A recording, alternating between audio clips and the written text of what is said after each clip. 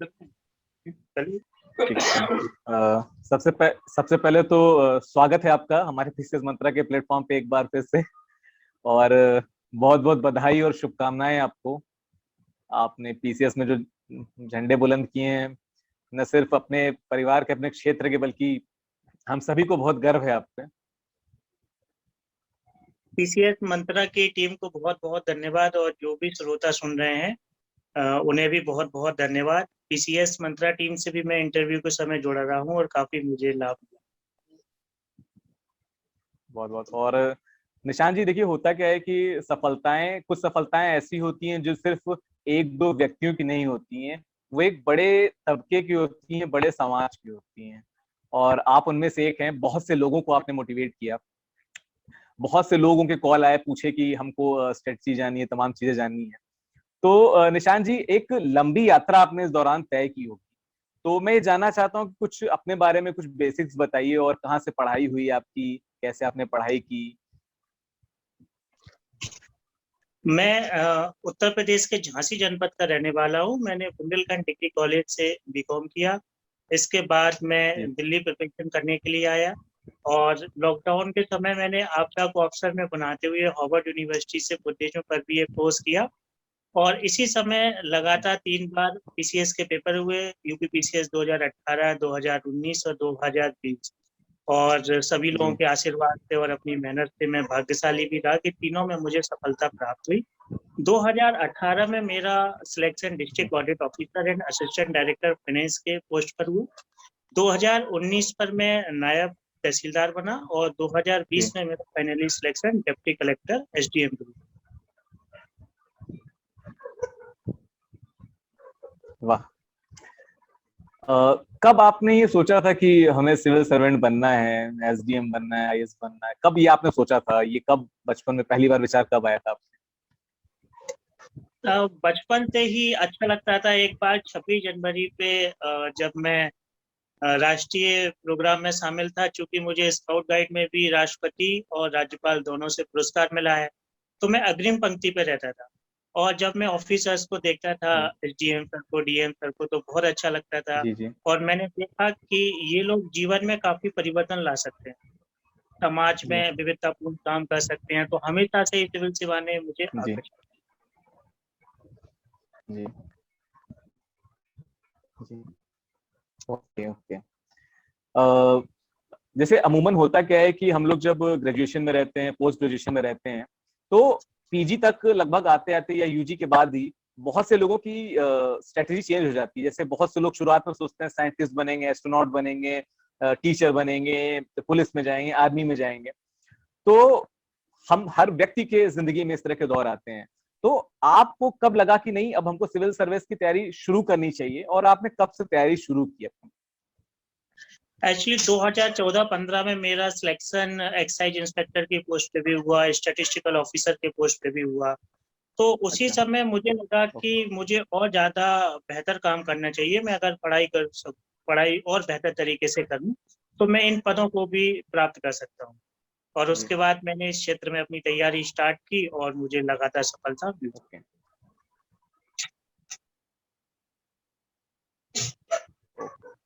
बहुत बढ़िया। अच्छा, जैसे हम सभी जानते हैं, प्रीलिम्स होता है, मेंस होता है, फिर interview. There are so many stages in this exam. So जो प्री की, क्योंकि हम सबको पता है कि सबसे बड़ा और सबसे इंपॉर्टेंट, महत्वपूर्ण स्टेज जो होता है वो प्री का होता है। तो प्री की तैयारी आपने कैसे की? क्या बुक्स थी, क्या स्ट्रेटजी थी? थोड़ा सा अगर हमको थोड़ा डिटेल में थोड़ा सा बता सकें। प्री प्रारंभिक दौर की परीक्षा होती है, लेकिन सबसे कठिन परीक्षा होती है। मैं सौभाग्यशाली रहा कि मैंने लगातार 4 बार यूपीएससी आईएएस का भी मेंस दिया। पीसीएस के भी मैंने 5-6 बार लगातार पेपर निकाले, 5 बार इंटरव्यू भी दिया मैंने।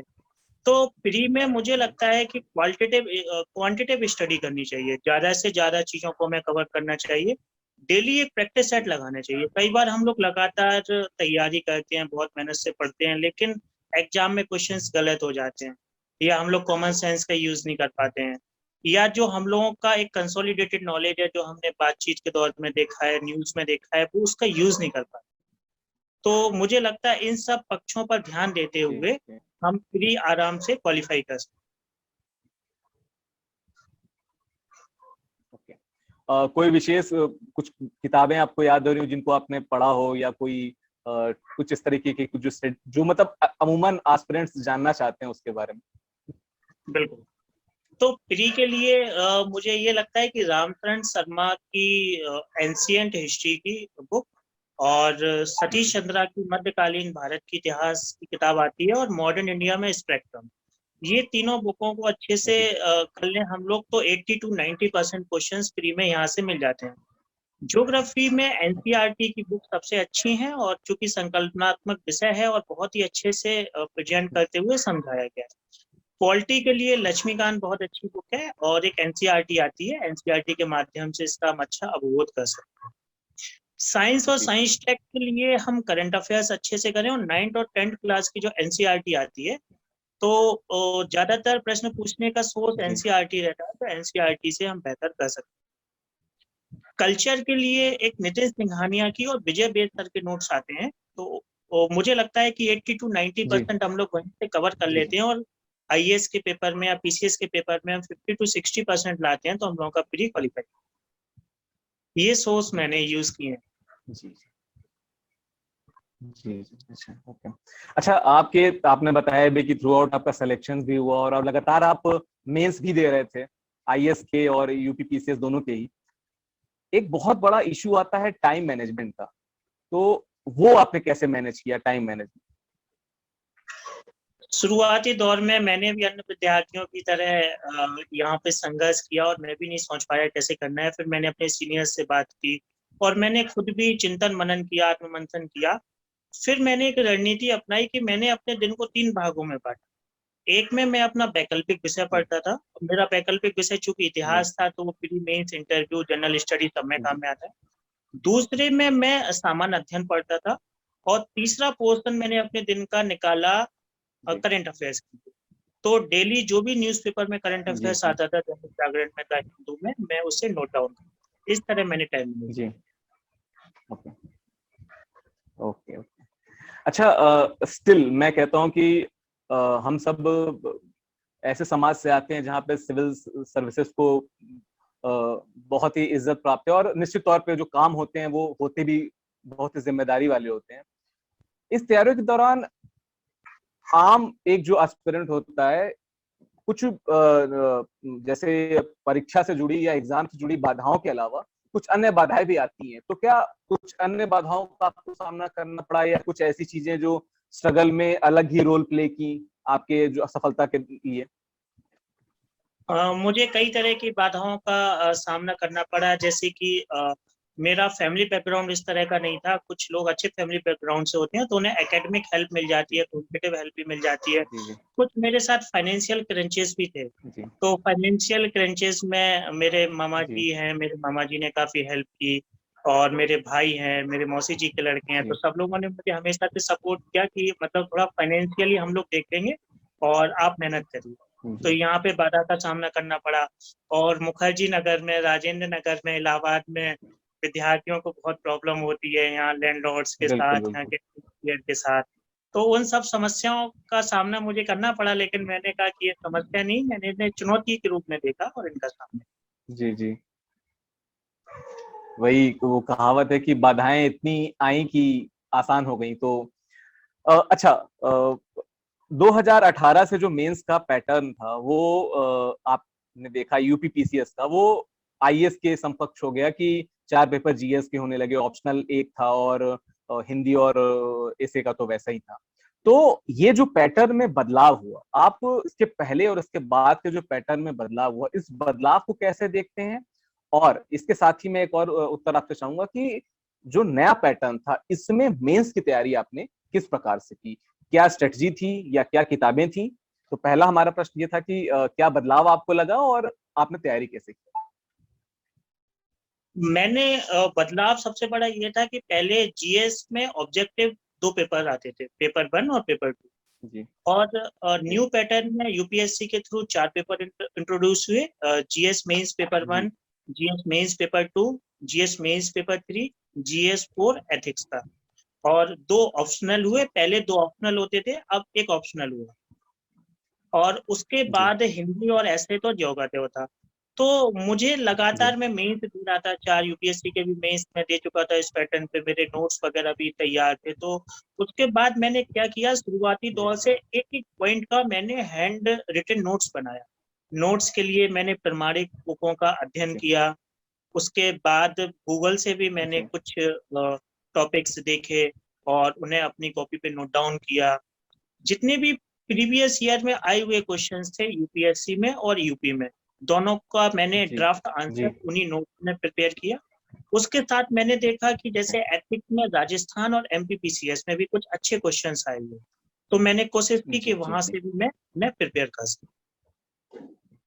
इस तरह से मैंने ओके कोई मतलब विशेष किताब ऐसी जो आपको ध्यान आ रही हो, जो कि मुझे लगता है जो एस्पिरेंट्स के लिए मस्ट हो कि उन्हें पढ़नी ही है, ऐसा कुछ अगर आप बता सकें तो? मुझे लगता है कि जितना भी सिलेबस है उस सिलेबस मींस के के लिए, पर्सपेक्टिव से, मींस के पर्सपेक्टिव से सिलेबस सबसे महत्वपूर्ण है कि पुराने वर्षों के जो प्रश्न उत्तर आते हैं, वो प्रश्न उत्तर दृष्टि की एक बुक आती है, उसमें काफी अच्छे से दिए हुए हैं, तो वहां से काफी सिलेबस कवर हो जाता है। घटना चक्र के भी कुछ अच्छे नोट्स हैं, वहां से कवर हो जाता है इन सब चीजों से। अच्छा ओके जी अच्छा ठीक है। अच्छा एक जो सबसे मेंस में सबसे महत्वपूर्ण चीज होती है, जिसके लिए बड़ी ही अलग ही तरीके की लड़ाई चलती है, आंसर राइटिंग। आंसर राइटिंग के लिए हर व्यक्ति मतलब मुझको लगता है हम लोग से तमाम सवाल पीसीएस मंत्रा में, क्योंकि हम लोग के अभी मेंस का पिछला वाला बहुत अच्छा कोर्स गया था, मेंस का जो टेस्ट सीरीज चलाई थी अभी भी चल रही है इस समय, तो अक्सर एस्पिरेंट्स पूछते रहते हैं सर आंसर राइटिंग में कैसे सुधार किया जाए, कुछ तो पहले ही पूछते हैं कि कैसे की जाए। तो चूंकि आप लगातार सफल हुए, तो आंसर राइटिंग की प्रैक्टिस आपने कैसे की? कुछ ऐसी बात जो थोड़ी स्पेशल हो, जो एस्पिरेंट्स को अगर वो ध्यान में रखें तो उनका आंसर और बेटर हो सकता है, जो आप बता सकते मेंस के आंसर राइटिंग के लिए मैं कुछ बातों पर चर्चा करूंगा, क्योंकि मैं भी उन्हीं विद्यार्थियों में था जो लगातार असफल भी हो रहा था। तो मैंने इस पे काफी वर्क किया, मैंने अपने नोट्स बनाए। उसके बाद हम लोगों के दोस्तों का एक ग्रुप था, उस ग्रुप में मेरे 2-3 दोस्त थे। एक हैं? जैसे कि आईएएस भी बने, हेमंत सती जी, कैलाश तिवारी जी, शमशाद जी, शशांक पांडे जी। तो हम लोग आपस में ग्रुप बना के लिखते थे, जी डेली हम लोग 5 से 6 आंसर लिखते थे और आपस में एक ओके दूसरे से चेक। उसके बाद मैंने एक अच्छा बदलते हुए पैटर्न में एक चीज नोट की है कि डायग्राम, जी माइंड मैप, फ्लो चार्ट, हर प्रश्न के उत्तर में इनका यूज अवश्य किया जाना चाहिए, इनका उपयोग अवश्य होना चाहिए। तीसरा कि जब कोई भी बात हम लोग कहते हैं मेंस की आंसर राइटिंग में, तो उसके लिए हमारे पास पर्याप्त तथ्य होना चाहिए। जैसे कि हम गरीबी की बात जी करते हैं, बेरोजगारी की बात करते हैं, या एक पीसीएस में प्रश्न आया उत्तर प्रदेश की आंतरिक सुरक्षा को लेकर, तो उसके निशान जी लिए हमारे आपकी पास, आवाज नहीं साफ आ रही है जी ओके, अब आप सुन पा रहे हैं? जी हाँ। तो उसके बाद जैसे कि उत्तर प्रदेश में आंतरिक सुरक्षा से जी संबंधित कोई प्रश्न आया है, तो उसके लिए हमारे पास एक डाटा होना चाहिए। डाटा के माध्यम से हम अच्छा बेहतर तरीके से अपनी बात कर सकते हैं। उसके अलावा अच्छा अगर हमें अपने मार्क्स को इंक्रीज करना है और मेंस में, तो मेंस में ये किया जा सकता है कि जैसे जी किसी भी प्रश्न से संबंधित हम उत्तर लिखते हैं, जैसे कि हमें एथिक्स में वैल्यूज पे कोई आंसर करना है, तो महात्मा गांधी के क्या जी विचार हैं, गौतम बुद्ध के क्या विचार हैं, हम उन विचारों को ले सकते हैं। अगर हम भारतीय संविधान की तुलना अन्य देशों के संविधान से करें, जी तो हम जी वहाँ पे डीडी बसु वगैरह के जो विचार हैं उनका उल्लेख कर सकते हैं। तो इस तरह से आंसर में हम अपने नंबर बढ़ा जी सकते हैं। और मुझे लगता है कि आंसर राइटिंग एक सबसे जी कठिन काम होता है, जी उसके जी लिए सुबह सो के उठते ही 4-5 दोस्तों का ग्रुप बना के आंसर राइटिंग का काम करना चाहिए, और जी एक जी अच्छी जी टेस्ट सीरीज ज्वाइन करना चाहिए। और टेस्ट सीरीज ऐसी हो जहाँ पे गुणवत्ता परक मूल्यांकन संभव हो। जी अच्छा निशान जी आपका ऑप्शनल सब्जेक्ट क्या था? मेरा इतिहास। ओके अच्छा, और इतिहास की तैयारी कैसे की थी आपने? मतलब अगर थोड़ा सा शॉर्ट में बता सके कि तैयारी कैसे की थी, और कुछ अगर बुक्स अगर उसकी भी बता सके शॉर्ट में। इतिहास काफी ही वास्ट सब्जेक्ट है, और मैं यहाँ यूपीएससी के लिए जी और यूपीपीसीएस दोनों के लिए इतिहास से संबंधित बात करूंगा। यूपीपीसीएस में मुझे लगता है कि अगर विजय बेस सर के क्लास नोट्स, अखिल मूर्ति जी सर जी की जी बुक और सिलेबस के अकॉर्डिंग हैंड रिटन नोट्स बना लिया जाए तो ये काफी फ्रूटफुल रहे। और पिछले 25 वर्षों में अच्छा जितने क्वेश्चन आए हुए हैं अगर उन्हें 3 बार लिख लिया जाए जी जी तो ये जी जी इससे पूरा सिलेबस कवर हो जाएगा और काफी अच्छे मार्क्स आएंगे।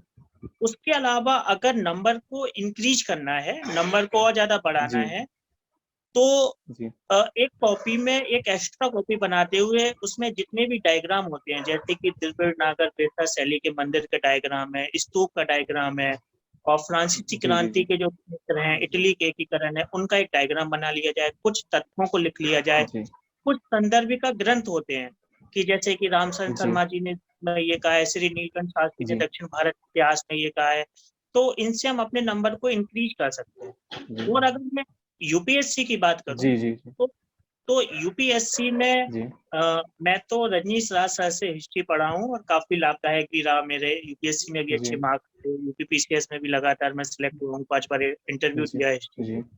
तो रजनीश राज सर की टेस्ट सीरीज और जी क्लास काफी अच्छी है। जी उसके जी अलावा मैंने हेमंत झा सर के नोट्स पढ़े।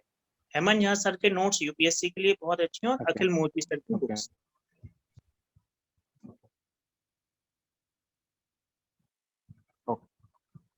Thank you. ओके। अच्छा, अब आते हैं जो थर्ड स्टेज था, जो कि शायद बड़ा ही सपने की तरह होता है बहुत से लोगों के लिए, साक्षात्कार जो इंटरव्यू होता है। तो आपका इंटरव्यू किस बोर्ड में पड़ा था और क्या एक्सपीरियंस रहा आपका साक्षात्कार का? इंटरव्यू मेरा एक बार किशनवीर सिंह साक्य सर के बोर्ड में पड़ा। तो तभी की मार्कशीट अभी जी आई जी है, तो मुझे काफी अच्छे अंक प्राप्त हुए। मुझे 100 में से 72 मार्क्स मिले जी इंटरव्यू में।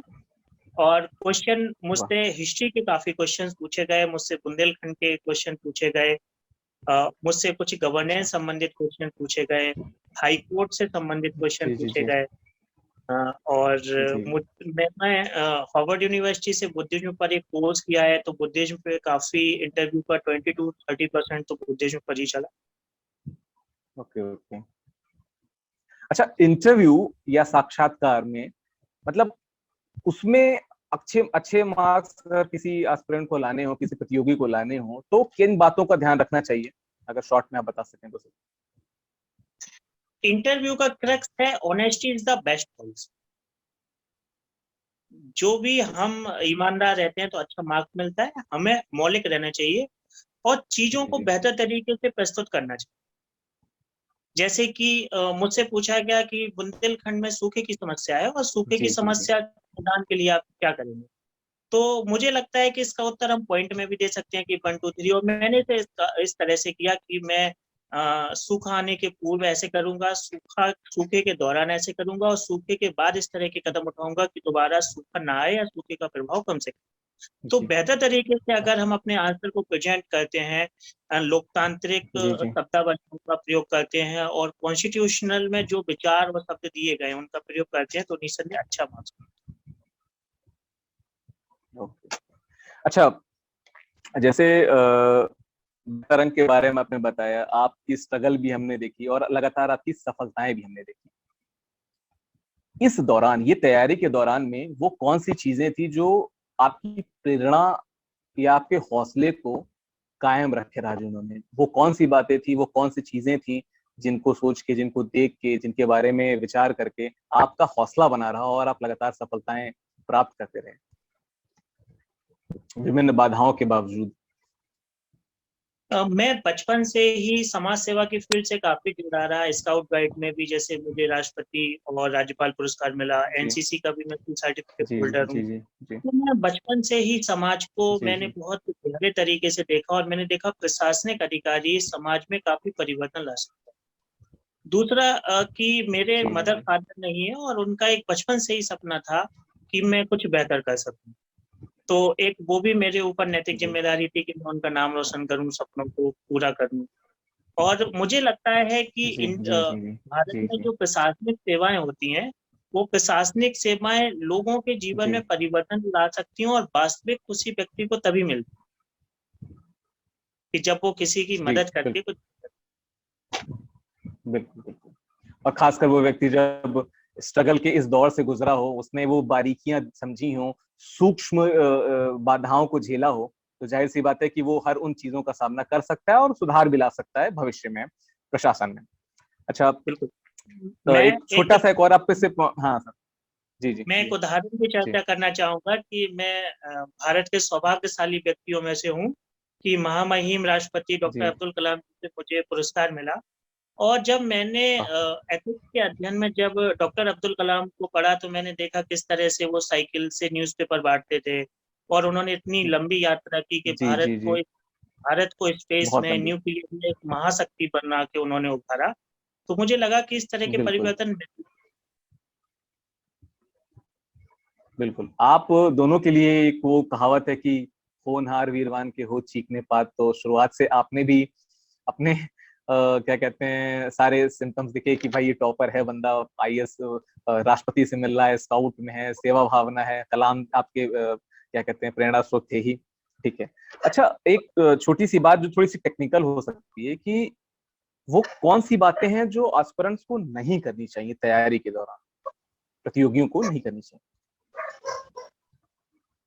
एक तो टाइम मैनेजमेंट का अभाव, टाइम का बेहतर से मैनेजमेंट करना चाहिए, समय ही शक्ति है। जी दूसरा, जी प्लान्ड तरीके से प्रिपरेशन करनी चाहिए, प्लान्ड नियोजित तरीके से जी परीक्षा की तैयारी करनी चाहिए। तीसरा, हार्ड जी, वर्क। कभी कभी थोड़ा सा जी हमने देखा है अपने साथ वालों को भी केवल एग्जाम के टाइम में भी पढ़ते हैं, जबकि ये कठिन परिश्रम बिल्कुल की, बिल्कुल, धैर्य की और दृढ़ता की, परसिवरेंस की परीक्षा है। तो कंटिन्यू हमें जी इस परीक्षा में कछुआ भी बनना है और खरगोश भी। बिल्कुल अगर इन बिल्कुल बातों सही। का ध्यान करें और ऐसी गलतियां ना करें तो हम निसंदेह हम लोगों को लाभ मिले। और मेन बात मैं समझता हूँ प्रैक्टिस। बिल- कुछ स्टूडेंट प्री हमेशा जी क्वालिफाई कर लेते हैं और मेंस नहीं कर पाते हैं क्योंकि वो मेंस की आंसर राइटिंग नहीं करते हैं। कुछ लोगों बिल्कुल, का इंटरव्यू में अच्छा परफॉर्मेंस नहीं होता है, वो अच्छे कैंडिडेट्स होते हैं लेकिन वो लगातार मॉक इंटरव्यू नहीं देते जी हैं। तो मुझे लगता है जी प्री मेंस इंटरव्यू में जी जी, लगातार प्रैक्टिस करनी चाहिए। Practice makes a man perfect. बिल्कुल, श्योर श्योर। एक वो कहावत भी है कि success is the fight between you and yourself. तो आपको खुद में लगातार सुधार करना होगा, जो पिछली गलतियां थी उनको आप सुधारें। ठीक है। अच्छा, हम पीसीएस मंत्रा से हैं, हम भी इसी स्फीयर में हैं, तो आप पीसीएस मंत्रा को एज अ ग्रुप किस स्टेज पे देखते हैं? आपको क्या लगता है कि किस प्रकार से हम सहायक हो पा रहे हैं एस्पिरेंट्स को उनकी सपनों को प्राप्त करने के दौर में? पीसीएस मंत्रा तो मेरे लिए बहुत भाग्यशाली रहा क्योंकि मैंने अंतिम इंटरव्यू अपना मेन इंटरव्यू के एक दिन पहले रात में पीसीएस मंत्रा जी पे जी मॉक जी इंटरव्यू जी था। और वही मेरा लास्ट जी जी, एकेडमिक इंटरव्यू था, उसके बाद मैं एसडीएम बन गया। तो मेरे लिए काफी वाह, भाग्यशाली रहा। चलिए, और प्री मेंस इंटरव्यू में जहां भी मुझे जरूरत पड़ी तो सभी जी मेंटर्स ने मेरी मदद की। उसके अलावा उनके जो नोट्स आते हैं, नोट्स भी काफी अच्छे हैं। और अगर टेस्ट सीरीज हम लोग ज्वाइन करते हैं तो अच्छे से इवेल्युएशन हो जी, जाता है पीसीएस। और thank you very okay much PCS Mantra team. Okay. Last में एक लास्ट क्वेश्चन अपना, कि नए छात्र, जो नए प्रतियोगी छात्र जुड़ते हैं, जो नए एस्पिरेंट्स जुड़ रहे हैं, उनके लिए आपका क्या संदेश है? मैं कुछ बिंदुओं के माध्यम से बात करना चाहता हूँ कि सबसे पहले तो ये परीक्षा कठिन जरूर है लेकिन असंभव नहीं। कोई भी इस लक्ष्य को प्राप्त कर सकता है, ये मन में ठान जी लेना चाहिए। दूसरी बात, जी सटीक स्टडी होनी चाहिए कि प्रमाणिक पुस्तकों का अध्ययन जी करें।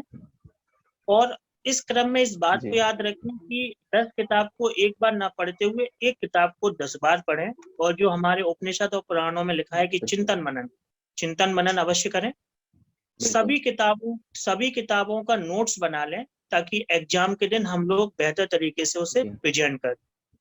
और कभी कभी तैयारी के दौरान बहुत बिल्कुल ज्यादा समय लग जाता है तो निराशा और हतोत्साहित होने की कोई आवश्यकता नहीं है। ये तो प्रतियोगी जीवन का पार्ट एंड पार्सल। जी तो लक्ष्य में कठोर परिश्रम, जी धैर्य और दृढ़ता जी। के साथ लगे रहें, सफलता अवश्य।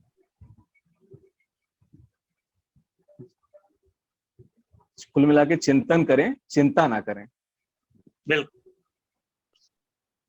निशान जी, बहुत बहुत शुक्रिया आपका हमसे दोबारा से जुड़ने के लिए, बहुत अच्छा लगा।